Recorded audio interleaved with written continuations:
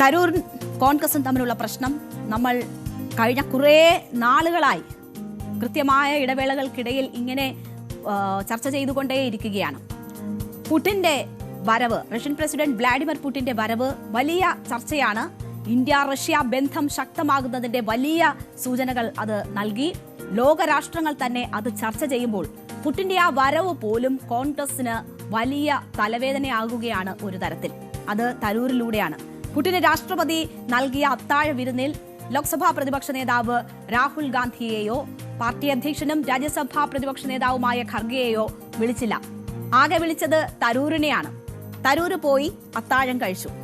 അതിൽ സന്തോഷം പ്രകടിപ്പിച്ചുകൊണ്ടുള്ള ഒരു പോസ്റ്റ് എക്സിൽ പോസ്റ്റ് ചെയ്യുകയും ചെയ്തു. കോൺഗ്രസിന് ഇത് വലിയ അതൃപ്തി ഉണ്ടാക്കിയിരിക്കുകയാണ്. കോൺഗ്രസ് കഴിഞ്ഞ തരൂരിന്റെ പ്രകോപനങ്ങളിലൊന്നും പരസ്യമായി പ്രതികരിക്കാതിരുന്ന കോൺഗ്രസ് നേരിട്ട് പരസ്യമായി തന്നെ ഈ വിഷയത്തിൽ രംഗത്തെത്തുന്ന കാഴ്ചയാണ് നമ്മൾ കാണുന്നത്. കോൺഗ്രസിനെ പ്രതിരോധത്തിലാക്കുന്ന മോദി സ്തുതികളും ലേഖനങ്ങളും ഒക്കെ ഒരുപാട് സംഭവങ്ങൾ ഉണ്ടായപ്പോഴൊക്കെ മൗനം പാലിച്ച കോൺഗ്രസ് ആണ് തരൂരിനെതിരെ പരസ്യമായി അതൃപ്തി അറിയിക്കുന്ന സാഹചര്യം ഉണ്ടായിരിക്കുന്നത്. അപ്പോൾ പുടിന്റെ വരവിൽ തരൂരിനും കോൺഗ്രസിനും ഇടയിൽ എന്ത് സംഭവിച്ചു എന്നത് നമ്മൾ വിശദമായി പരിശോധിക്കുന്നു. ഇന്നലെ വൈകിട്ടാണ് രാഷ്ട്രപതി ഭവനിൽ റഷ്യൻ പ്രസിഡന്റിനായി രാഷ്ട്രപതി ദ്രൗപദി മുർമു ഔദ്യോഗിക വിരുന്ന് നടത്തിയത്. രാജ്യം സന്ദർശിക്കുന്ന രാഷ്ട്രത്തലവന്മാർക്ക് രാഷ്ട്രപതി ഭവനിൽ ഇങ്ങനെ അത്താഴ വിരുന്ന് നൽകി ആദരിക്കുന്നത് ഇന്ത്യയുടെ പാരമ്പര്യമാണ്, ദീർഘകാലമായിട്ടുള്ള പാരമ്പര്യമാണ്. അവിടെ മറ്റതിഥികൾ ഉണ്ടാകും. നമ്മുടെ രാഷ്ട്രീയ പാർട്ടികളുടെ അല്ലെങ്കിൽ പ്രധാനപ്പെട്ട സ്ഥാനങ്ങൾ വഹിക്കുന്നവരുടെ ഒക്കെ സാന്നിധ്യവും ഉണ്ടാകും. റഷ്യൻ പ്രസിഡന്റ് വ്ളാഡിമിർ പുടിന് രാഷ്ട്രപതി ഒരുക്കിയ ഔദ്യോഗിക അത്താഴ വിരുന്നിലേക്ക് ലോക്സഭയിലെയും രാജ്യസഭയിലെയും പ്രതിപക്ഷ നേതാക്കളായ രാഹുൽ ഗാന്ധിയെയും മല്ലികാർജുൻ ഖാർഗെയും ക്ഷണിച്ചില്ല. അത് വിവാദമായി. രാഹുൽ പുടിനുമായി കൂടിക്കാഴ്ചയ്ക്കുള്ള അവസരം തേടിയിരുന്നു. അത് നൽകാത്തത് ഇതിനോടകം തന്നെ വിമർശന വിധേയമായ സാഹചര്യമൊക്കെ ഉണ്ടായിരുന്നു. അതേസമയം തന്നെ കോൺഗ്രസ് എം പി ശശി തരൂരിനെ ക്ഷണിക്കുകയും ചെയ്തു.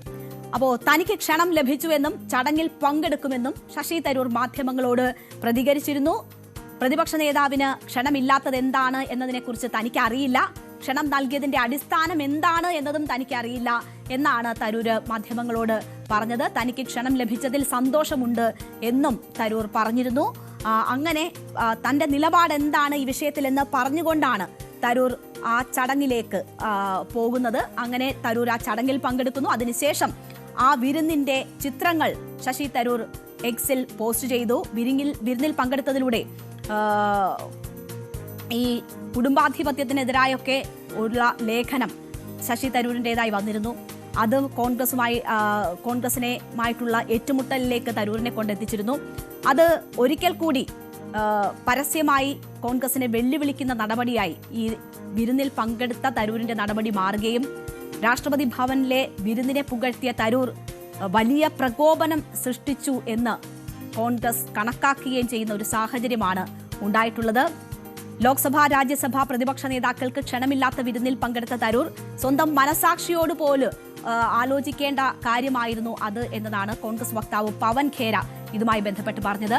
പാർട്ടിയിലെ നേതാക്കൾക്ക് ക്ഷണം ലഭിക്കാതിരിക്കുകയും അതിൽ നമ്മളെ ക്ഷണിക്കുകയും ചെയ്താൽ അത് മനസാക്ഷിയോട് ചോദിച്ചിട്ട് വേണമായിരുന്നു അക്കാര്യത്തിൽ ഒരു തീരുമാനമെടുക്കാൻ എന്നതാണ് പവൻ ഖേര പറഞ്ഞത്.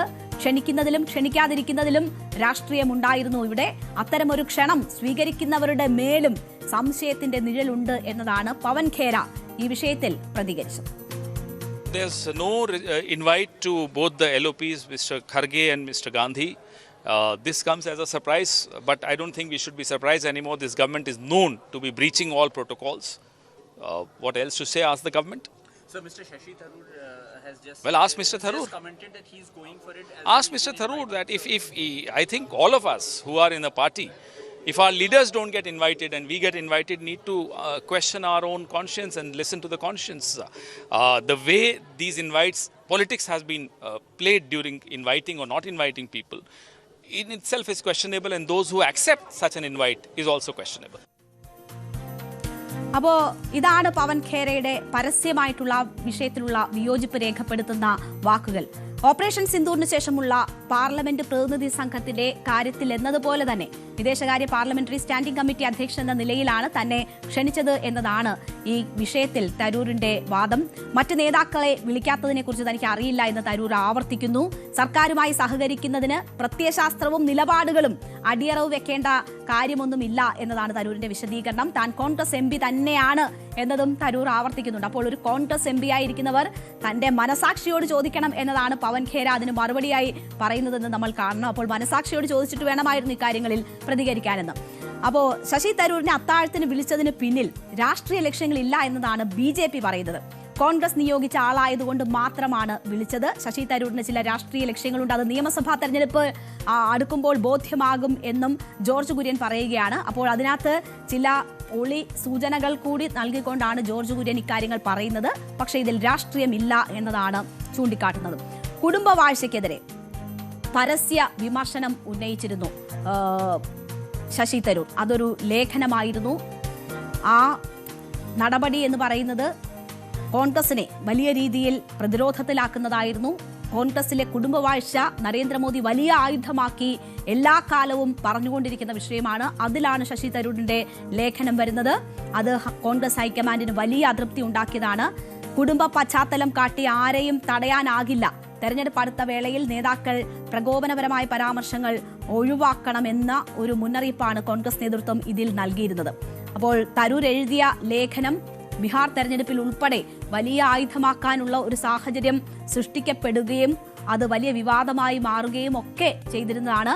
രാഹുൽ ഗാന്ധിയെയും RJD നേതാവ് തേജസ്വി യാദവിനെയും ഒക്കെ ലക്ഷ്യമിടുന്നതാണ് ലേഖനം എന്നതൊക്കെ BJP ചൂണ്ടിക്കാട്ടി. അങ്ങനെ തരൂരിന്റെ ആ ലേഖനം വലിയ രീതിയിൽ ചർച്ചയായതാണ്, വിവാദമായതാണ്, കോൺഗ്രസിന് അതൃപ്തി ഉണ്ടാക്കിയതാണ്. അതിനു പുറമെ നിരന്തരമായി മോദി സ്തുതി നടത്തുന്ന തരൂരിനെ നമ്മൾ കാണുന്നുണ്ട്. കോൺഗ്രസിന് നേരെ നടത്തുന്ന വിമർശനങ്ങൾ, ഒപ്പം തന്നെ മോദി സ്തുതി, ഇതിനൊക്കെ പിന്നാലെയാണ് കോൺഗ്രസിന് തരൂർ വീണ്ടും ഇപ്പോൾ തലവേദനയായിരിക്കുന്നത്. പ്രൊജക്ട് സിൻഡിക്കേറ്റിലാണ് ഇന്ത്യൻ രാഷ്ട്രീയം ഒരു കുടുംബ ബിസിനസ് എന്ന തലക്കെട്ടിൽ തരൂർ ലേഖനം എഴുതിയത്, കുടുംബാധിപത്യത്തെ ചോദ്യം ചെയ്തുകൊണ്ട്. അതിൽ കുടുംബവാഴ്ചയ്ക്കെതിരെ ശക്തമായ വിമർശനം, നെഹ്റു മുതൽ പ്രിയങ്ക ഗാന്ധി വരെയുള്ളവരെ ലേഖനത്തിൽ തരൂർ പേരെടുത്ത് വിമർശിക്കുന്നു. പരിചയത്തിനേക്കാൾ പാരമ്പര്യത്തിന് മുൻഗണന നൽകുന്ന രീതി ശരിയല്ല എന്നതായിരുന്നു അദ്ദേഹത്തിന്റെ അഭിപ്രായം. പ്രധാനമന്ത്രി നരേന്ദ്രമോദിയെ വീണ്ടും പുകഴ്ത്തി തരൂർ വന്നത് ഏറ്റവും ഒടുവിൽ രാംനാഥ് ഗോയങ്കെ പ്രസംഗ പരമ്പരയിലെ പ്രഭാഷണം പങ്കുവച്ചുകൊണ്ടായിരുന്നു. അതിൽ മോദിയുടെ പ്രസംഗം സാംസ്കാരിക ആഹ്വാനമാണെന്നും സാമ്പത്തിക വീക്ഷണകോണിൽ മികച്ചതാണ് എന്നുമൊക്കെയായിരുന്നു തരൂരിന്റെ ഒരു അഭിപ്രായ പ്രകടനമുണ്ടായത്. കോൺഗ്രസിനെ വിമർശിച്ച വേദിയിൽ പങ്കെടുത്തതിനെ കുറിച്ചാണ്, അവിടെ മോദി പറഞ്ഞതിനെ കുറിച്ചായിരുന്നു തരൂരിന്റെ ആ പുകഴ്ത്തൽ എന്നതുകൂടി നമ്മൾ ഓർക്കണം.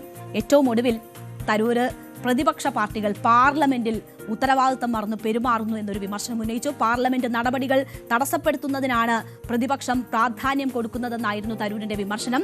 ഇന്ത്യൻ എക്സ്പ്രസിൽ എഴുതിയ ലേഖനത്തിലായിരുന്നു തരൂരിന്റെ ഈ വിമർശനം വന്നത്. പാർലമെന്റിനകത്ത് ചർച്ചകളിലൂടെ ഭരണപക്ഷത്തെ വെല്ലുവിളിക്കാനുള്ള അവസരങ്ങൾ ഉപയോഗിക്കാതെ ബഹളമുണ്ടാക്കി ചർച്ചകളെയും സഭാ നടപടികളെയും ഒക്കെ തടസ്സപ്പെടുത്തുന്ന രീതിയാണ് പ്രതിപക്ഷം തുടരുന്നത് എന്നതായിരുന്നു തരൂരിന്റെ വിമർശനം. UPA സർക്കാരിന്റെ കാലത്ത് എന്താണോ BJP ചെയ്തത് അതാണ് ഇപ്പോൾ ഇന്ത്യ സഖ്യം ചെയ്യുന്നത് എന്നതുൾപ്പെടെയുള്ള ഒരു വിമർശനം തരൂരിന്റെ ഭാഗത്ത് നിന്ന് വന്നിരുന്നു. അതിന് പിന്നാലെയാണ് ഇപ്പോൾ ഇങ്ങനെ ഒരു സാഹചര്യം ഉണ്ടായിരിക്കുന്നത്.